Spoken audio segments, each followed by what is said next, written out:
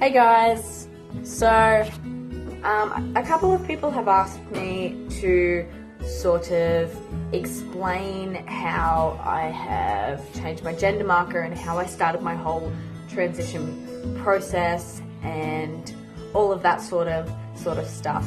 I do live in Victoria. I live in Melbourne, Victoria, and oh, sorry, Abby, I just hit her head. Yeah, I live in Melbourne, Victoria, so every state does have a different regulation, but it kind of goes in a similar order. So this is how I got the ball rolling for my whole transition. So, and I'm going to put this as the first step because I think this is an important first step. The first step is coming out. It's not necessarily a legal process, but it's a process. This whole thing is a process.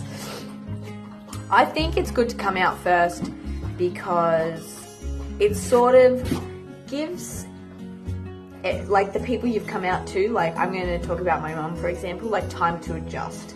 So instead of me going, hey, I'm transgender, I'm already on testosterone and I'm already starting to change and like just completely overwhelm you with information. But instead, I said, hey, I'm transgender. My next step is this. It's going to happen in this period of time. And she had that bit of time to adjust. And in saying that, everyone's journey is different. So I'm not saying if you've come out after you've started your journey that it's wrong, but that's what I would recommend. And Ollie actually started his whole process before he came out.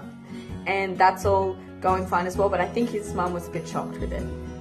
In saying that, it's always shocking news to hear anyway.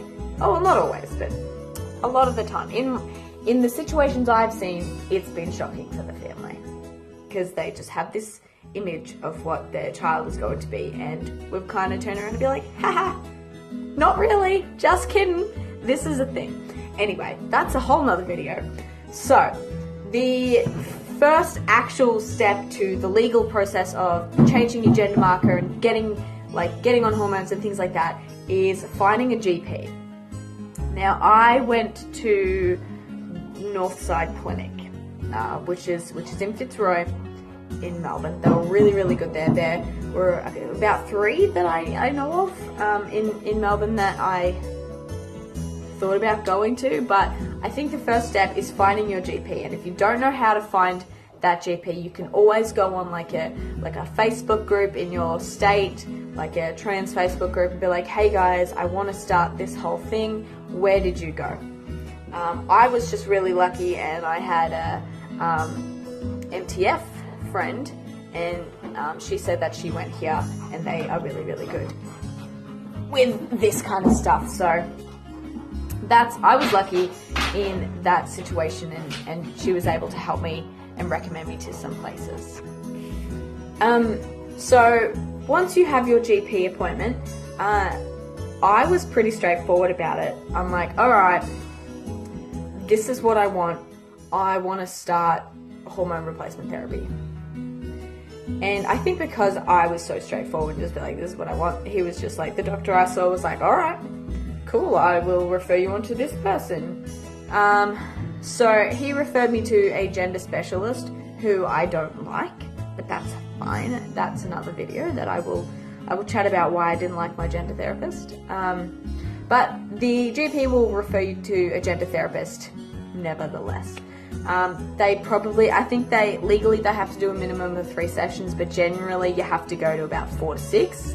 I went to about 5. And then your GP will also give you a referral to get a blood test to get your hormones checked, your chromosomes checked. Like, they just want to, your liver function, your kidney function, they just need to make sure, when you're going to be putting testosterone or estrogen in your body, or the opposite sex hormone to what you have, that everything that it will affect is running okay.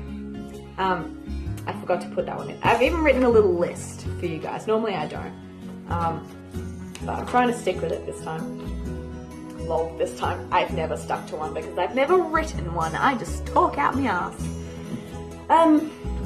But yes, so after you get your referrals, you go to the gender therapist, and once they have assessed you, you will get they will have to do like the formal like assessment tests, things like for multiple personalities disorder and I don't know, all these other things that they do. So they'll do that, and then they'll write you a letter to start hormone replacement therapy, or they will do it in one sitting. I'm not too sure. Everyone's different. But once you get your letter to start T, you can get on testosterone. You know, that's good.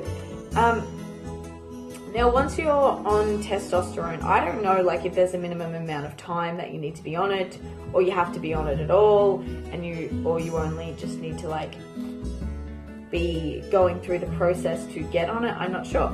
But in order to change your gender marker, now, I've had a lot of trouble with this. You have to, in Victoria, go to your GP, and your GP will write you a letter saying that this person is undergoing this hormone replacement therapy and it is suitable, or it is basically okay for them to change the gender marker from blah to new gender marker. And that is what I did, and that is what you need to do in Victoria. You need to go to a GP to get this letter. I don't know if you already need to be on hormones or what, so that's something that you will have to ask the GP about. I was already on hormones though, so yes. Once you get that letter, you can change almost everything except your birth certificate, because to change your birth certificate, you need to have surgery, which is stupid. But you can change your passport, you can change your license, you can change your healthcare card, you can change your Medicare, you can change your insurance. Everything else apart from your birth certificate, I'm 90% sure you can change. And I would recommend, before, like, because I changed my name and then I changed my gender marker, but instead of going and changing your name, like, with everything once that's legally changed, and then changing your gender marker, I would very much recommend to change your name and then wait till you get that letter or whatever, and then change your gender marker at the same time as you change your name.